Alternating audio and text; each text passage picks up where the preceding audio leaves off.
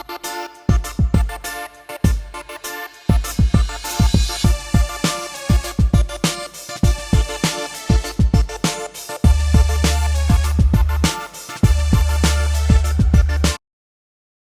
everyone, welcome to my first painting video. In this video, I'm going to show you how to do a weathering effect with stippling. I'm doing this on a model that I got as a commission. And you can see I'm starting out by using Abaddon Black, and I'm keeping it mostly in the recesses. It's going to start off kind of dark, but as it dries, it kind of lightens up a little bit and settles a little more. This is going over a Pallid Witch Flesh dry brush, and I'm kind of just poking at the model. I'm not really using lines when I'm doing this. I'm making dots and like splatters, and it's kind of irregular. If you keep this too uniform, it'll look kind of forced. So you want to just do it here and there. But I always start in the recesses where it's darkest, and then I kind of get lighter as I go. I also make sure that my paint is fairly diluted. I use a wet palette, but I also add extra water to it for things like this. That way it kind of flows a little better, and that also helps it to be a little bit less opaque when it dries, since there's less pigment there. So you can see I've started to get that black finished up, and now I'm moving to Vallejo's Black Red. It's a really good color for rust and like darker dirt. It's kind of like a brownish red color. It's really great. I just have recently started using it. At the end of the video, I'm going to show what each paint is. I'm going to hold them up in the video. But again, I'm just kind of poking at the model. I'm kind of at like a almost 90-degree angle. And there might be spots where it kind of looks very strong at first, but as it dries, it settles a bit. In spots where that doesn't happen, you can kind of see near the bottom, it's very red in that one spot. I go back over that with some black to kind of make it settle a little bit more. That's kind of it comes from my painting background as like a 2D painter. It's called the push and pull of paint, where sometimes you go back and forth. You might do a dark spot and then a light spot on top of it, and that kind of, it almost blends it. It creates more layers, and for things like stippling and like rust and dirt and mud, it really helps it look more realistic. So you can see there, I went back over it a little bit with some black, and that kind of knocked it back a little bit. Excuse me. So now I'm going in with some Rakarth Flesh.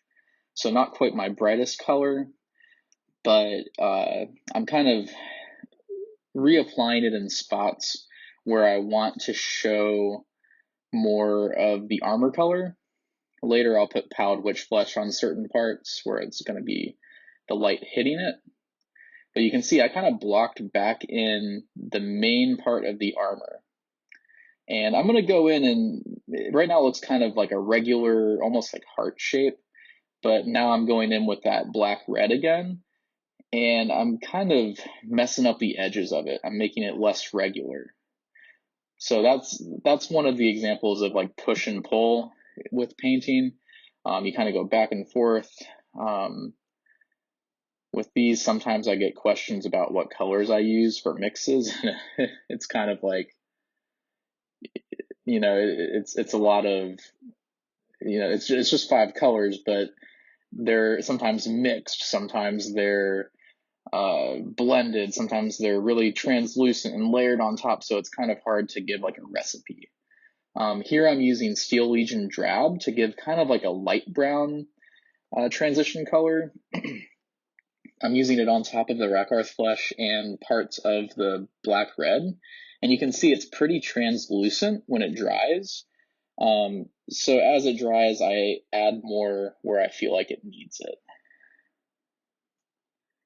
Again, make sure that you keep your paint pretty wet. Make sure you're just using the tip of your brush. If you use the side of it, the paint will blob out. You'll see there's a few spots where that happens to me in this video. If that does happen, luckily weathering is pretty easy to fix. In those cases, you just cover it with the color that's supposed to be there. Sometimes it's a happy accident and maybe the blob is too big, but then you can adjust it to be smaller looking by putting different colors around it. Here I'm going in with Pallid Witch Flesh, where I feel like the light would hit that armor panel. And I'm just kind of poking it in some spots. And again, I might go back over some of this with the dirtier colors. In fact, I will do that. But it's kind of just, again, going back and forth, reassessing, you know, now that I'm at this place, what's missing? Like where are the light areas? Where are the dark areas? Does it look natural? So right now it's, again, kind of a very bold difference between the black and the lighter color. So I'm going in now with Steel Legion Drab again to just kind of create like a middle ground between the two. Later in the video, something that I recommend doing is comparing it to the other panels you've done. So like going back and like I've done most of the other side. I think, yeah, I'm about to turn it here at least a little bit. But at one point in the video, I turn it to the opposite side to just kind of compare and make sure they feel similar. Now I'm going back in with that black red again, and I'm just carefully, I'm kind of just mucking up that line where the black and the white, and that way it's a little bit less obvious.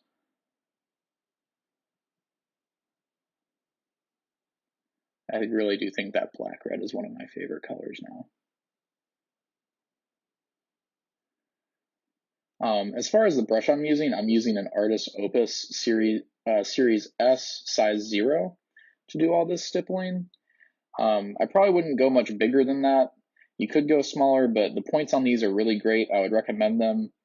If you are in the market for new brushes, they're a tad expensive, but they really do last a long time, and the bristles are probably the best I've ever used, and I've been painting for going on 15 years now.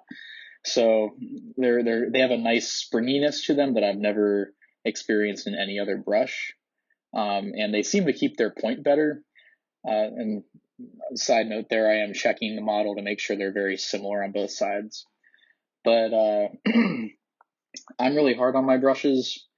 Most of my paintbrushes last maybe 6 months if I'm lucky. And again, that's for like on the more expensive end. And these, I'm not really seeing that deterioration on them.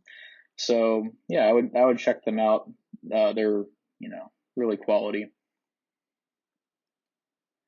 You can see there I did the old finger smudge trick. Classic. And there I am checking it compared to the other finished parts of that white. I'm going to be cutting to another part here soon. I think I'm going to show you the paints right now, but I did add a little bit extra to the leg section I was working on. I was looking at it after I ended this part of the video. And it felt like it needed a little bit more weathering in certain spots.